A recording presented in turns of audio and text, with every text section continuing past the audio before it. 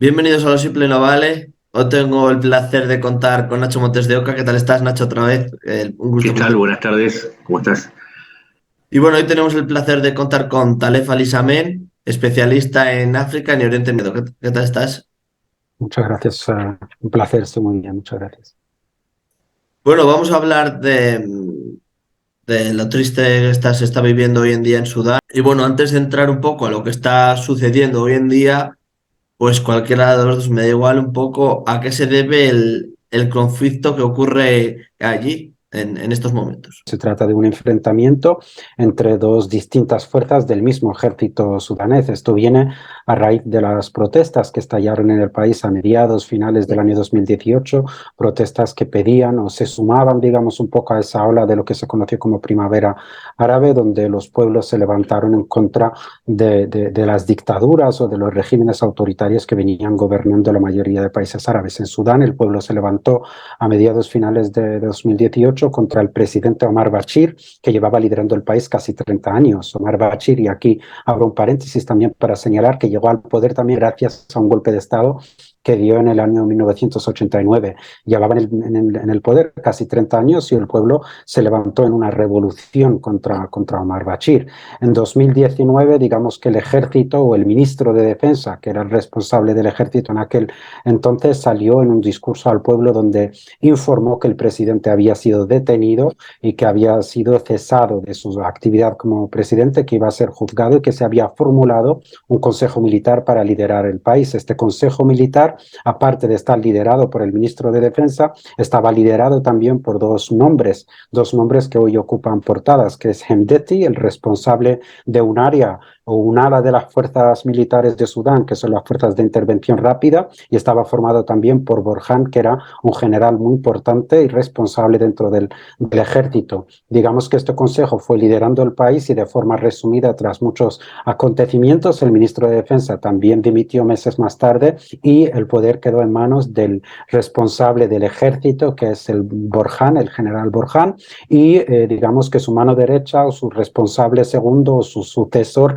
si podemos llamarlo así, era Hemdeti, el responsable de las fuerzas de intervención rápida, pero nunca llegaron a estar de acuerdo del todo, ¿no? Digamos que ambos tenían como una especie de rivalidad que se está materializando en los enfrentamientos que estamos viendo hoy, por lo cual lo que estamos viendo es un enfrentamiento entre dos alas del mismo ejército, pero no un golpe de Estado tal, porque no había una autoridad. Los dos eran autoridad, digamos, en el Estado sudanés. Sí, y agreguemos también que Hemedti tiene como antecedente el haber logrado el poder como delegado represor en las zonas ricas de Sudán, que creció bajo ese paraguas de las 3 décadas de dictadura de Bashir, y que ese poder que fue logrando también le permitió tener un control económico sobre un recurso muy importante que es el oro sudanés, y eso le permitió, por supuesto, tener 100.000 milicianos muy bien armados, establecer vínculos con el grupo Wagner, que a su vez también le permitía, a través de las empresas del dueño de Wagner, de Prigozhin, derivar parte de ese oro hacia el mercado ruso, y de esta manera establecer una alianza que no solamente también le proveía de armamento moderno, sino también una cobertura política, porque cada vez que el gobierno ruso negociaba con el actual régimen, eh, incluía como una parte implícita a las tropas de las fuerzas de intervención rápida o de acción rápida. Entonces el panorama, coincido, no es de golpe de Estado, sino que es uno de los clásicos enfrentamientos por el poder dentro de las repúblicas del tercer mundo, que muchas veces se habla de golpe de Estado. Golpe de Estado hubiese sido si la hoja de ruta de democratización de Sudán se hubiese cumplido y se hubiese contemplado la agenda de las protestas que pedían elecciones más o menos libres, lo más libres que se pudiesen, y que se avanzara en combatir la corrupción y la violencia, que es uno de los males endémicos. Y por último, señalar algo que también me parece muy importante. Sudán se partió en dos. Está Sudán y Sudán del Sur. Tiene mucho que ver con este conflicto. Y Sudán ha perdido gran parte de los recursos petroleros del sur y gran parte de su cohesión interna, Es decir, que esta lucha es otra estación más dentro de un vía crucis de luchas intestinas que le costó la partición y ahora pareciera ser que le está costando la estabilidad política y el futuro económico.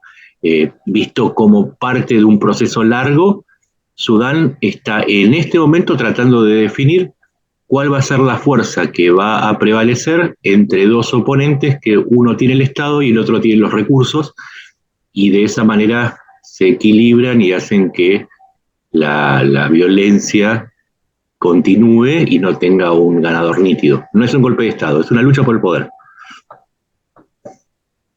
¿Cuál es el detonante que ha hecho estallar toda esta situación? ¿Cuál creéis cuál ha sido? Bueno, yo creo que esto se viene arrastrando, ¿no? Como he mencionado antes, y como bien acaba de explicar el compañero, se pedía cuando, digamos, ese Consejo Militar asumió el poder, el pueblo salió otra vez en protestas pidiendo un gobierno civil, pidiendo elecciones democráticas donde pueda elegir un gobierno. Digamos que las diferencias dentro de ese órgano militar para llegar a materializar esa petición del pueblo son los que nos han llevado a este escenario. Y señalar también que esto es muy importante, no se le suele dar mucha cobertura, no se suele hablar de este tema en los medios de comunicación, por lo menos occidentales, no he visto que traten mucho este tema, y es el tema del factor tribal, ¿no? Sudán, como casi la mayoría de países árabes y africanos, se divide en tribus, ¿no? La población, incluso las regiones, son, digamos, tienen una marca tribal, donde determinadas tribus tienen un determinado peso dentro de algunas regiones. En este caso, tanto el general Hemedti está apoyado por su tribu, que es una tribu mayoritaria,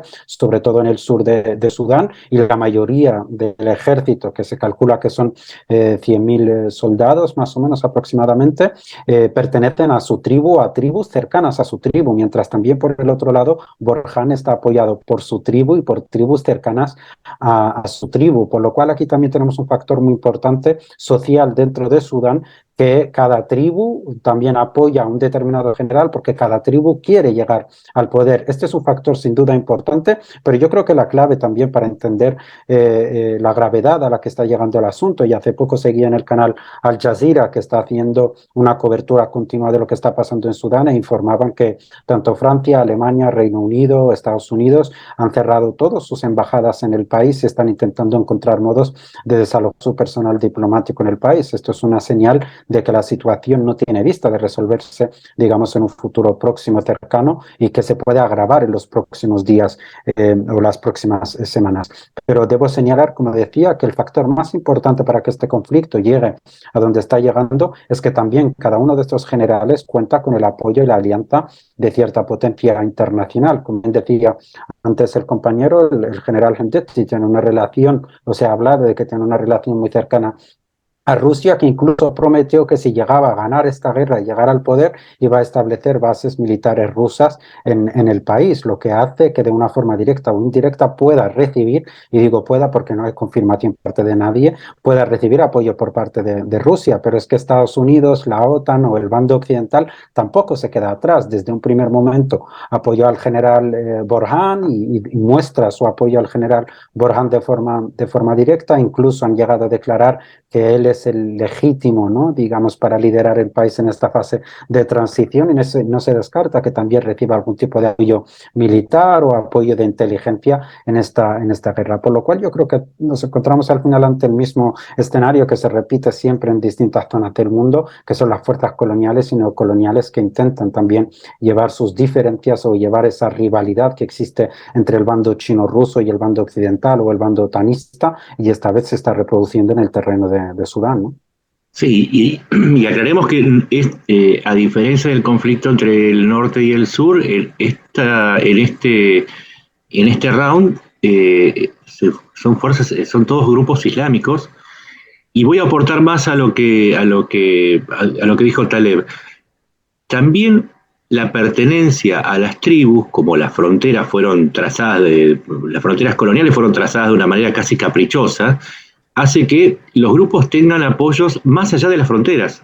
Entonces hay grupos que tienen apoyo en el interior de Mali o de la República Centroafricana, otros que tengan proyección hacia Libia, otros que tengan apoyo hacia Etiopía y otros hacia Egipto, que es una de las potencias regionales que tiene mucho que ver con este conflicto. Ahora quiero contar una cosa más acerca de eso. Entonces, no es un conflicto de Sudán, es un conflicto regional, porque en donde entran las identidades y las alianzas, porque a veces no necesariamente porque seas de la misma tribu, vos vas a tener una alianza. Vos podés tener una alianza con el aliado de tu tribu y ahí tu proyección llega quizás hasta el interior de Libia. Respecto a Egipto, Egipto tiene un problema muy grave con el manejo del Nilo con Sudán. Sudán pretende armar una serie de represas para hacer un aprovechamiento del agua y de la energía hidroeléctrica. Y esto afecta tanto el caudal como la regularidad del Nilo y parte del potencial económico de Egipto. Si Sudán entra en un caos, entonces también Egipto se va a ver muy afectado y tengo entendido que ya está interviniendo. Y la intervención que mencionaba Taleb, te la confirmo. Ya se ha visto un avión AC-130 sobre Jartum, en apoyo a la evacuación de diplomáticos occidentales. Hubo un ataque a el convoy de diplomáticos franceses que estaban evacuando y desde la costa se están organizando nuevos convoyes para sacar a personal diplomático de otros países. Es decir, ¿esto qué significa? Significa que al menos el personal diplomático que tiene contacto directo con la situación, si está evacuando, es porque prevé que la situación no tiene una solución inmediata y que la violencia, al menos en el corto plazo, se va a incrementar. Lo que tenemos es un conflicto, insisto, regional, en progreso, con dos contendientes con apoyo suficiente en la región y en otras potencias como para poder sostener el conflicto, lo cual es bastante complicado porque Sudán es el pivot del Sahel, es uno de los pivotes del Sahel y tiene influencia sobre la estabilidad de toda la región. Es una región que ya de por sí tiene otros incidentes que quizás Taleb quiera contar, de idéntica importancia y de idéntica tensión.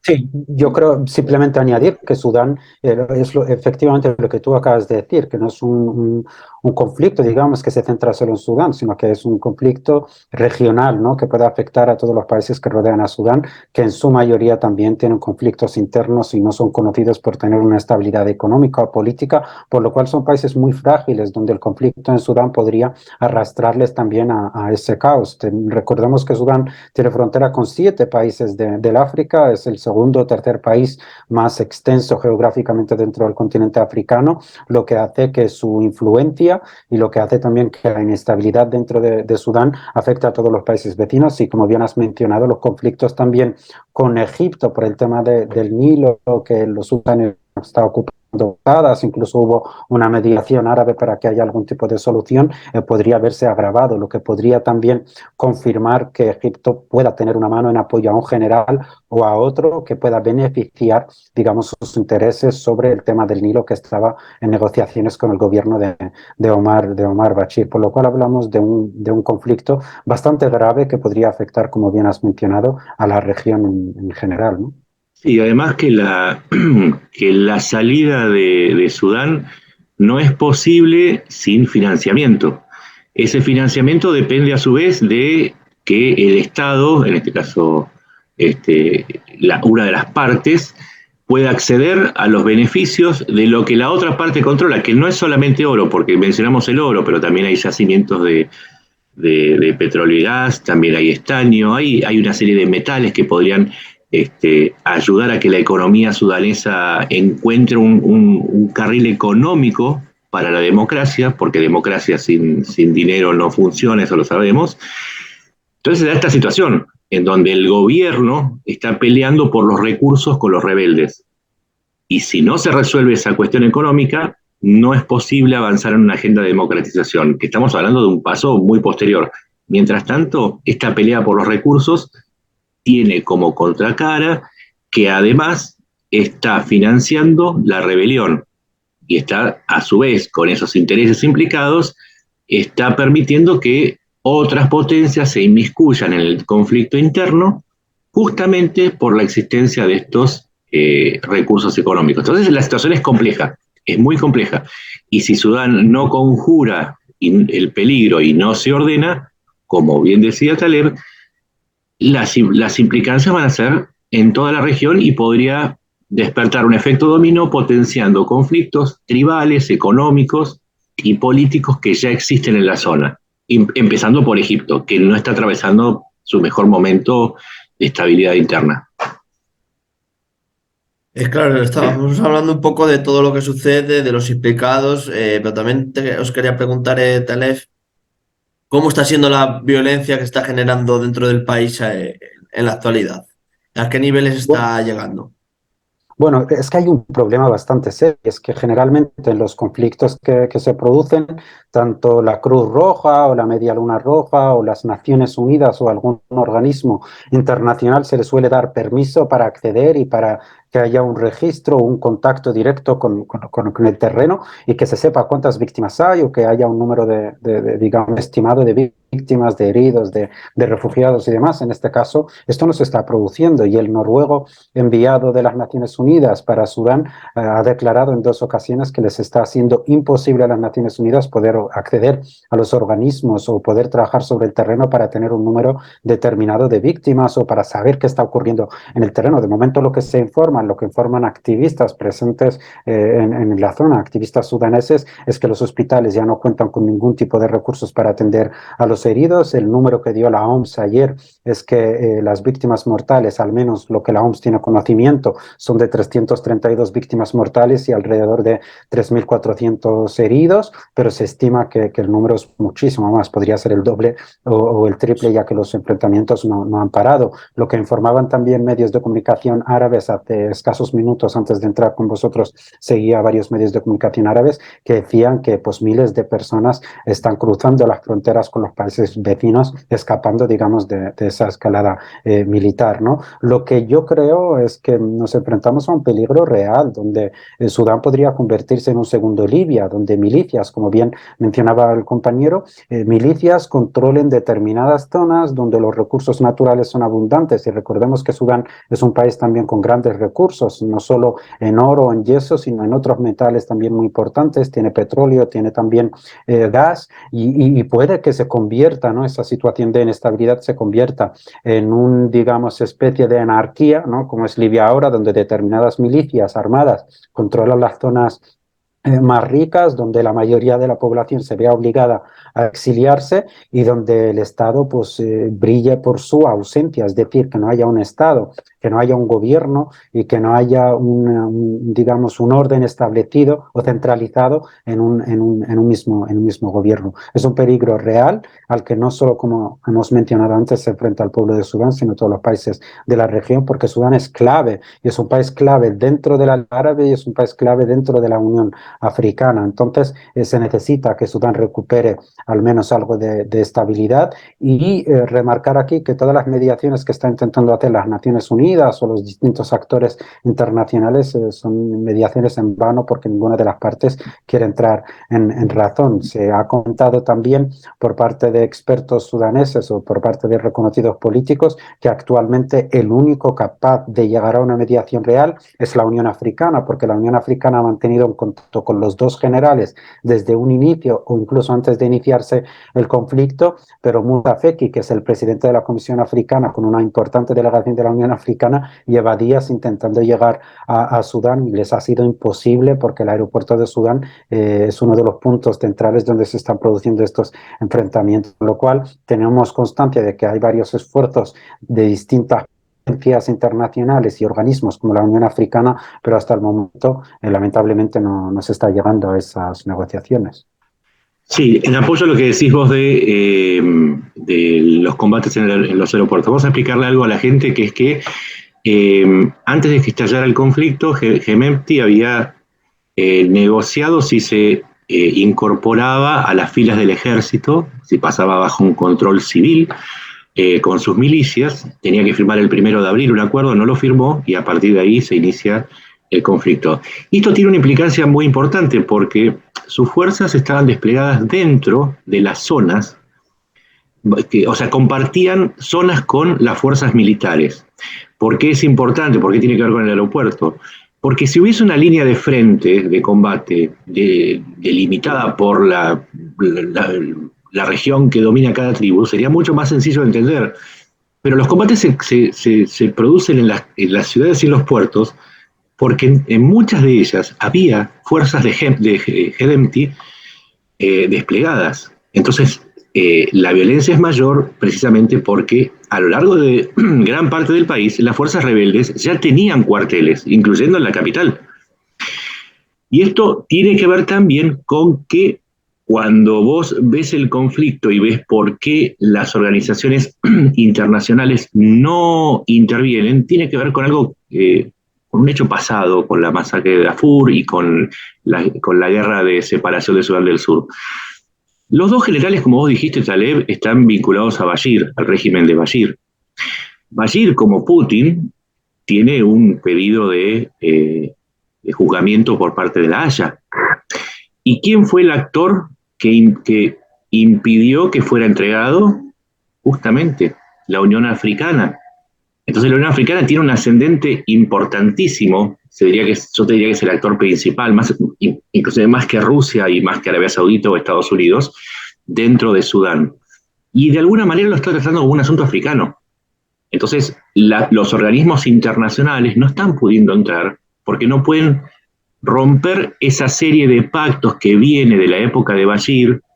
La violencia tiene que ver con que ambas fuerzas eran parte del régimen de Bashir, y porque en última instancia este conflicto regional está siendo manejado a la africana y no tanto con los parámetros que estamos acostumbrados, como en conflictos como en Yugoslavia o, si se quiere, hasta te diría de las matanzas de Ruanda.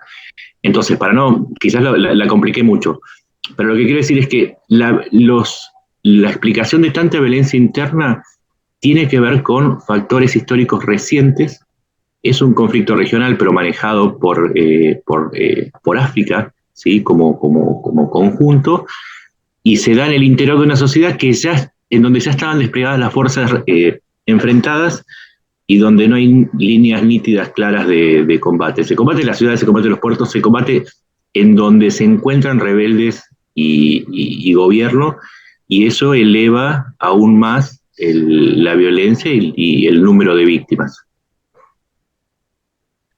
Si queréis, para concluir, ¿qué esperanzas de desenlace a corto plazo hay o no hay ninguna? Bueno, yo creo que un poco también siguiendo la línea de lo que está explicando el compañero, que si se deja que se solucione a la africana, es decir, que yo creo que la Unión Africana es la que más conoce la envergadura de todo lo que lleva este conflicto. Si no hay una influencia por parte de estas potencias internacionales, que cada una también está intentando materializar sus intereses en la región, ya sea intereses económicos en lo que son los recursos del país o intereses estratégicos o geopolíticos, como es el caso de Israel, que se sabe que Israel también estaba o tenía algún tipo de alianza con el general Borhan para una especie de reconocimiento a Israel y demás a cambio de un apoyo israelí a que él llegue al poder. Por lo cual, aquí, como he mencionado antes, volvemos a lo mismo, ¿no? Que son las grandes potencias, las fuerzas internacionales, las fuerzas coloniales y neocoloniales, que intentan imponerse o intentan materializar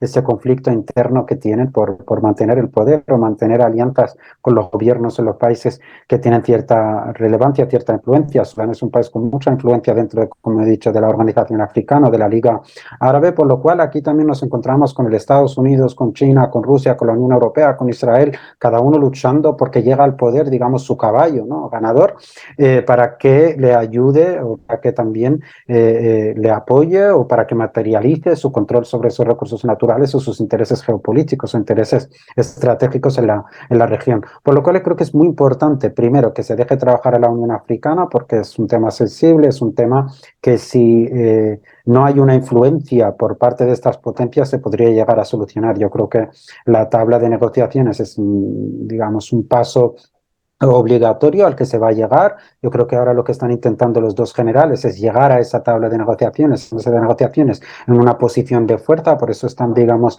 elevando las hostilidades, pero yo creo que se va a llegar. Que sea más temprano o más tarde depende de la influencia internacional, sin duda. Si hay un apoyo a un bando y a otro por parte de las potencias internacionales, yo creo que este conflicto se va a alargar en el tiempo, pero si hay una contención por parte de estas fuerzas internacionales y se deja trabajar a la Unión Africana teniendo en cuenta el contexto y la naturaleza de lo que es el conflicto, yo creo que podremos ver esa tabla de negociaciones a la que sin duda pueda llevar al país a una cierta estabilidad y ojalá a esas elecciones esperadas, ¿no? Sí, y digamos también que en el balance tenemos un ejército con 100.000 efectivos reales, porque bueno, después están los conflictos, eso no los vamos a contar, y 100.000 milicianos rebeldes. En el plano militar es muy difícil que se dirima de una manera definitiva con una derrota de alguno de los dos, porque además, como bien decía Taleb, las tribus van nutriendo a cada uno de los bandos y a la medida que pasa el tiempo van ingresando nuevos reclutas y las potencias van aportando más armamento, con lo cual el enfrentamiento puede hacerse crónico.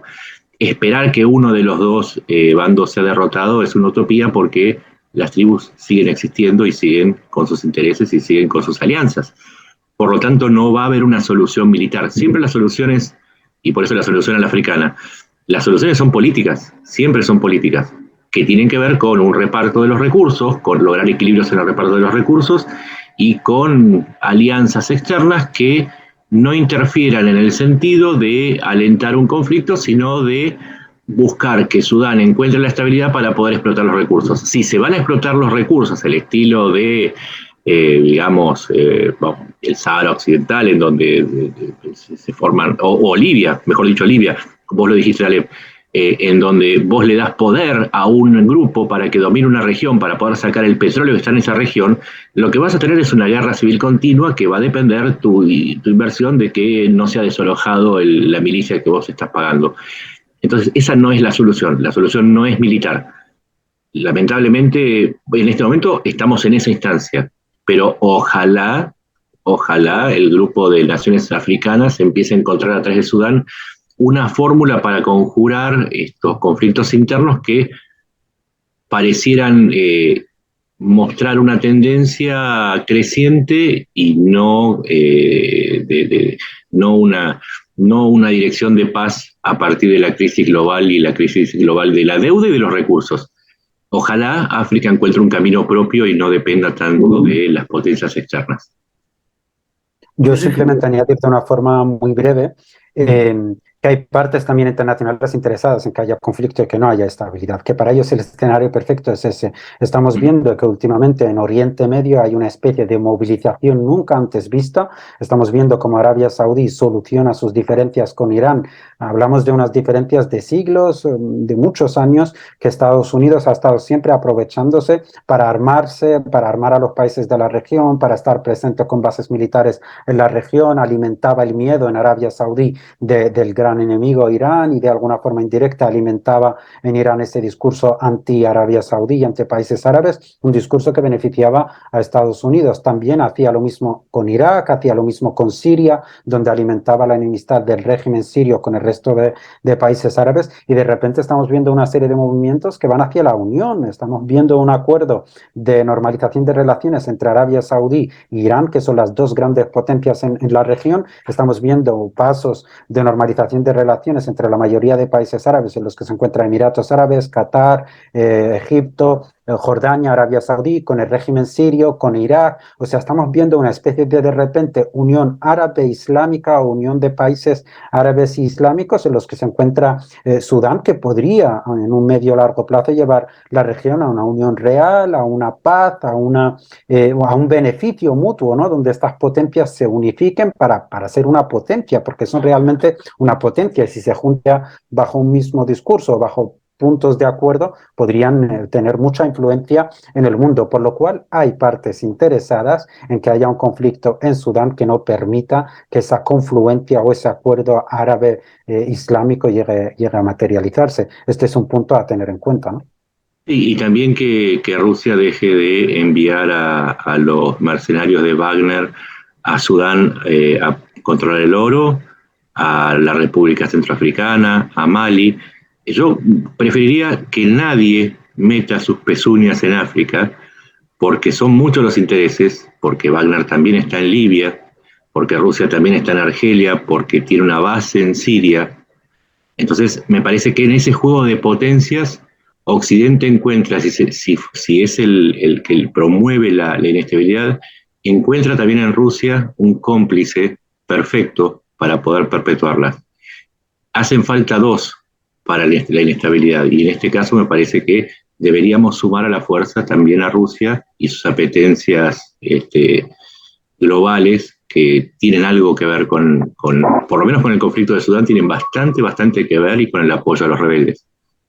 Solo un apunte. Hasta el momento, o sea, no hay ninguna confirmación de que las fuerzas de Wagner estén presentes en Sudán. Es verdad que han ofrecido sus servicios, según medios de comunicación cercanos al régimen de Hemedti, de que se han ofrecido los servicios de Wagner para estar presentes, pero no hay ninguna confirmación. Y también apuntar que no hay presencia rusa en forma de bases en Argelia. Así que hay una alianza entre Argelia y Rusia, pero no hay bases sobre el terreno ni el espacio marítimo de Argelia rusos. Y bueno, este tema sería ya para tratar en otro momento, pero yo creo que es completamente justificado que muchos países africanos, incluso árabes, busquen en Rusia una alianza, o incluso que la busquen en China, porque a lo largo de estos 50 años las alianzas con Estados Unidos han sido en forma de un poder que se ha ejercido desde el desprecio, ¿no?, a estos países, desde el saqueo, desde provocar el conflicto. Yo creo que es hasta cierto punto normal y natural que se busquen alianzas en China o en Rusia, que